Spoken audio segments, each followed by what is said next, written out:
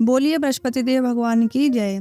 अगर आपका बृहस्पति ग्रह कमजोर है और उसकी वजह से आर्थिक समस्या, पारिवारिक तनाव का एहसास हो रहा है, या आप सुख समृद्धि और सफलता को अपनी जिंदगी में लाने के लिए एक आसान उपाय ढूंढ रहे हैं, तो बृहस्पति व्रत आपकी हर समस्या का समाधान बन सकता है। लेकिन सवाल यह है कि कैसे। इस वीडियो के 2 भागों में मैं आपको पूरी जानकारी दूंगी और पहले भाग शुरू होता है इस व्रत की पवित्र कथा के साथ। तो चलिए शुरू करते हैं बृहस्पति देव की कथा। बोलिए बृहस्पति देव भगवान की जय। बृहस्पतिवार की व्रत कथा। भारतवर्ष में एक प्रतापी और दानी राजा राज्य करता था। वह नित्य गरीबों और ब्राह्मणों को सहायता करता था। यह बात उसकी रानी को अच्छी नहीं लगती थी।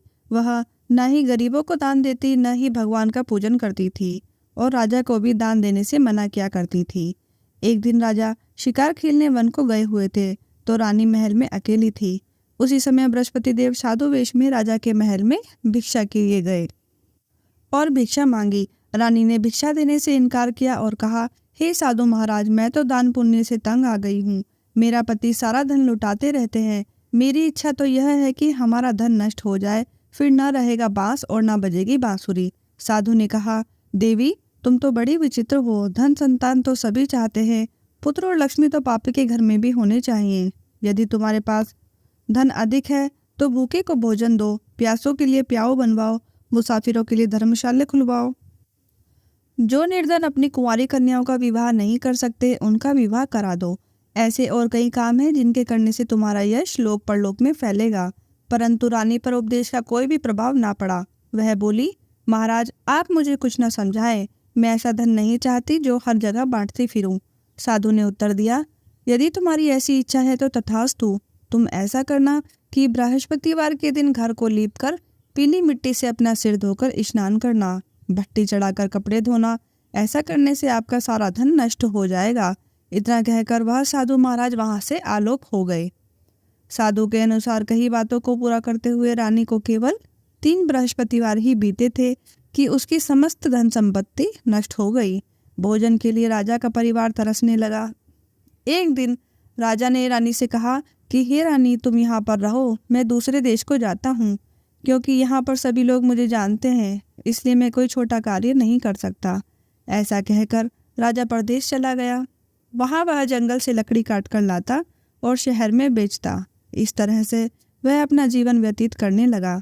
इधर राजा के परदेश जाते ही रानी और दासी दुखी रहने लगी। एक बार जब रानी और दासी को 7 दिन तक बिना भोजन के रहना पड़ा तो रानी ने अपनी दासी से कहा कि हे दासी, पास ही के नगर में मेरी बहन रहती है। वह बड़ी धनवान है, तो उसके पास जा और कुछ लेकर आ, ताकि थोड़ी बहुत गुजर बसर हो जाए। दासी रानी की बहन के पास गई। उस दिन गुरुवार था और रानी की बहन उस समय बृहस्पतिवार व्रत की कथा सुन रही थी। दासी ने रानी की बहन को अपनी रानी का संदेश दिया, लेकिन रानी की बड़ी बहन ने कोई उत्तर नहीं दिया। जब दासी को रानी की बहन से कोई उत्तर नहीं मिला तो वह बहुत दुखी हुई और उसे क्रोध भी आया। दासी ने वापस आकर रानी को सारी बातें बता दी। सुनकर रानी ने अपने भाग्य को कोसा। उधर रानी की बहन ने सोचा कि मेरी बहन की दासी आई थी, परंतु मैं उससे नहीं बोली, इससे वह बहुत दुखी हुई होगी। कथा सुनकर और पूजन समाप्त करके वह अपनी बहन के घर आई और कहने लगी कि हे बहन, मैं बृहस्पतिवार का व्रत कर रही थी। तुम्हारी दासी मेरे घर पर आई थी, परंतु जब तक कथा होती है तब तक ना तो उठते हैं और ना ही बोलते हैं, इसलिए मैं नहीं बोली। कहो, दासी क्यों गई थी? रानी बोली, बहन, तुमसे क्या छुपाऊं, हमारे घर में खाने तक को अनाज नहीं था। ऐसे कहते कहते रानी की आंखें भर आई और दासी समेत पिछले 7 दिनों से भूखे रहने तक की बात अपनी बहन को विस्तार पूर्वक सुना दी। रानी की बहन बोली, देखो बहन, भगवान बृहस्पति देव सबकी मनोकामना पूर्ण करते हैं। देखो, शायद तुम्हारे घर में अनाज रखा हो। पहले तो रानी को विश्वास नहीं हुआ, पर बहन के आग्रह करने पर उसने अपनी दासी को अंदर भेजा तो सचमुच अनाज से भरा एक घड़ा मिल गया। यह देखकर दासी को बड़ी हैरानी हुई। दासी रानी से कहने लगी, हे रानी, जब हमको भोजन नहीं मिलता तो हम व्रत ही तो करते हैं, इसलिए क्यों ना इनसे व्रत की कथा और विधि पूछ ली जाए ताकि हम भी व्रत को कर सकें। तब रानी ने अपनी बहन से बृहस्पति व्रत के बारे में पूछा। उसकी बहन ने बताया, बृहस्पतिवार के व्रत में चने की दाल और मुनक्का से विष्णु भगवान का केले की जड़ में पूजन करें तथा दीपक जलाएं। व्रत की कथा सुने और पीला ही भोजन करें, इससे बृहस्पति देव प्रसन्न होते हैं। व्रत और पूजन विधि बताकर रानी की बहन अपने घर को लौट गई।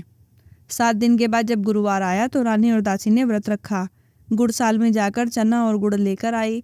फिर उसने केले की जड़ तथा विष्णु भगवान का पूजन किया। अब पीला भोजन कहाँ से आए, इस बात को लेकर दोनों बहुत दुखी थी।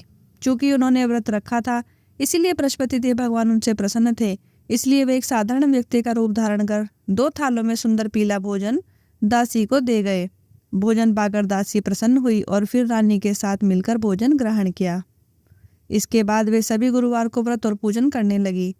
बृहस्पति भगवान की कृपा से उनके पास फिर से धन संपत्ति आ गई, परंतु रानी फिर से पहले की तरह आलस्य करने लगी। तब दासी बोली, देखो रानी, तुम पहले भी इस प्रकार से आलस्य किया करती थी। तुम्हें धन रखने में कष्ट होता था, इस कारण सभी धन नष्ट हो गया था, और अब जब भगवान बृहस्पति की कृपा से तुम्हें धन मिला है तो तुम फिर से आलस्य करने लगी हो।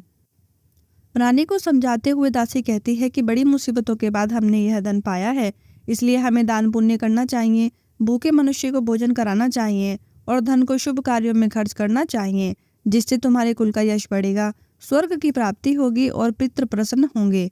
दासी की बात मानकर रानी अपना धन शुभ कार्यों में खर्च करने लगी, जिससे पूरे नगर में उसका यश फैलने लगा। एक दिन राजा दुखी होकर जंगल में एक पेड़ के नीचे आसन जमाकर बैठ गया। वह अपनी दशा को याद करके व्याकुल होकर रोने लगा। बृहस्पतिवार का दिन था।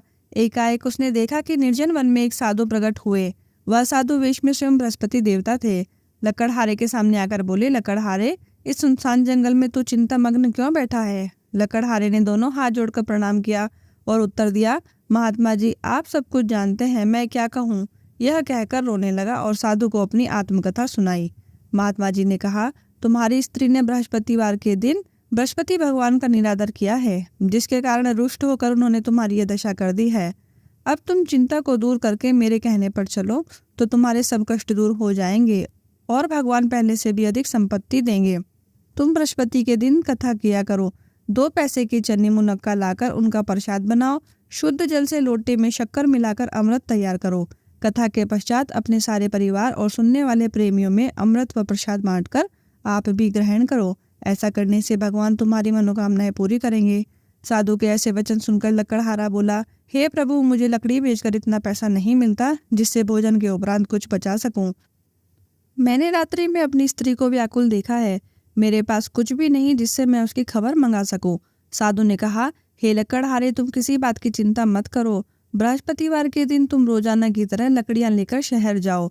तुमको रोज से दुगुना धन प्राप्त होगा, जिससे तुम भली भांति भोजन कर लोगे तथा बृहस्पति देव की पूजा का सामान भी आ जाएगा। इतना कहकर साधु अंतर्ध्यान हो गए। धीरे धीरे समय व्यतीत होने पर फिर उसे बृहस्पति देव का दिन याद आया। लकड़हारा जंगल से लकड़ी काटकर किसी शहर में बेचने गया। उसे उस दिन और दिन से अधिक पैसा मिला। राजा ने चना, गुड़ आदि लाकर गुरुवार का व्रत किया। उस दिन उसके सभी कलेश दूर हो गए, परंतु जब दोबारा गुरुवार का दिन आया तो बृहस्पतिवार का व्रत करना वह भूल गया। इस कारण बृहस्पति भगवान नाराज हो गए।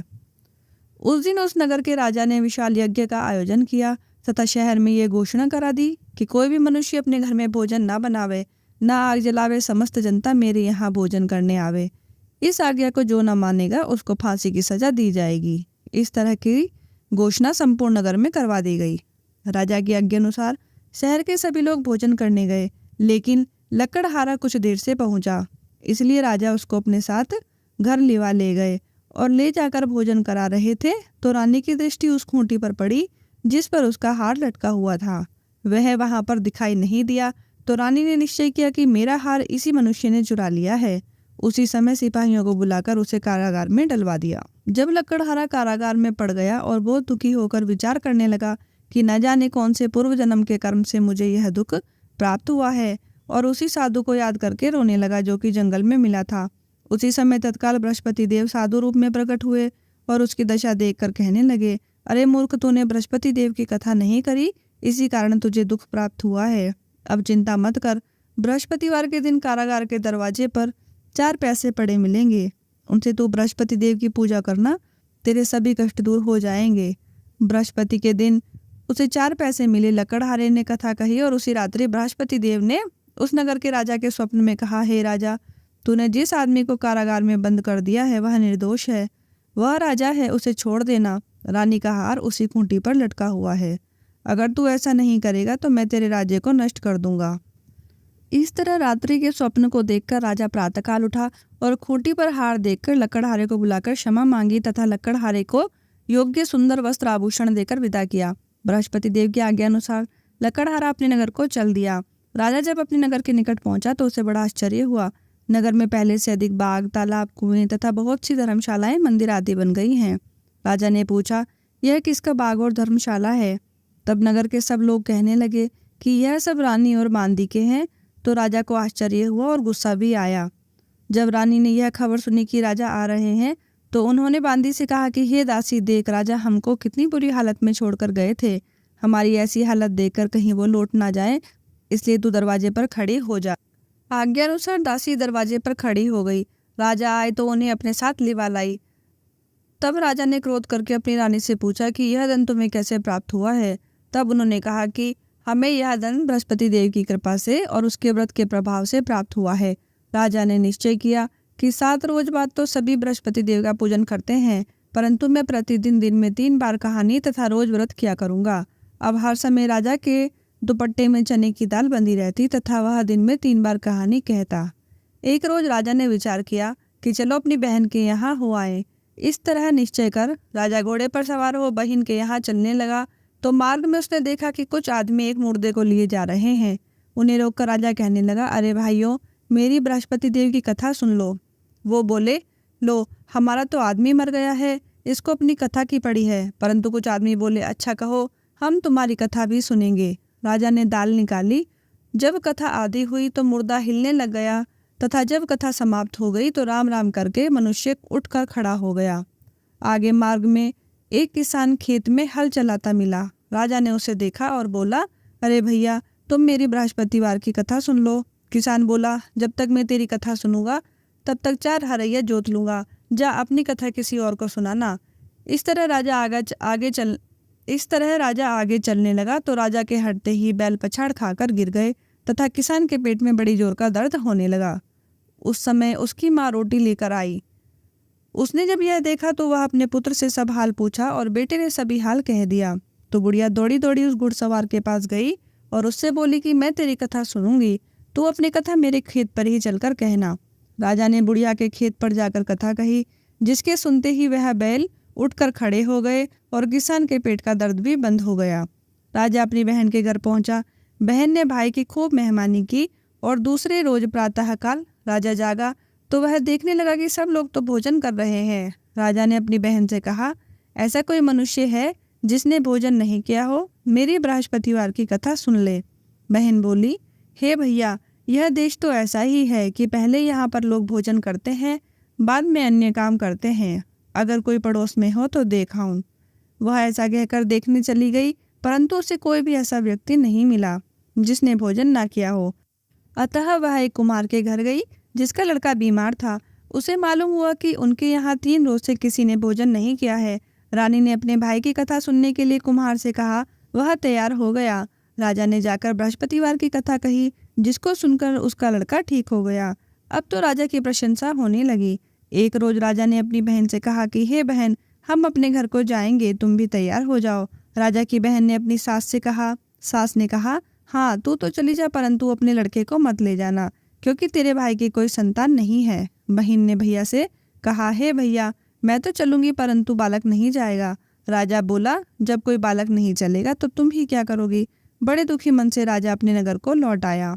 राजा ने अपनी रानी से कहा, हम निर्वंशी राजा हैं, हमारा मुंह देखने का धर्म नहीं है और कुछ भोजन आदि नहीं किया।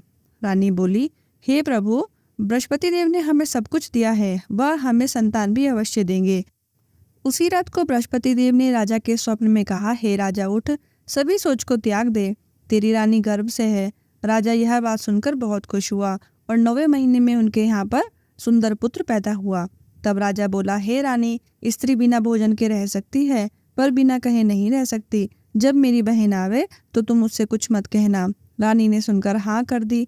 जब राजा की बहन ने ये शुभ समाचार सुना तो वह बहुत खुश हुई और बधाई लेकर अपने भाई के यहाँ पर आई। तब रानी ने कहा, घोड़ा चढ़कर तो नहीं आई, गधा चढ़ी आई। राजा की बहन बोली, भाभी, मैं इस प्रकार ना कहती तो तुम्हें औलाद कैसे मिलती? बृहस्पति देव ऐसे ही हैं, जैसी जिनके मन में कामनाएं होती हैं सभी को पूर्ण करते हैं।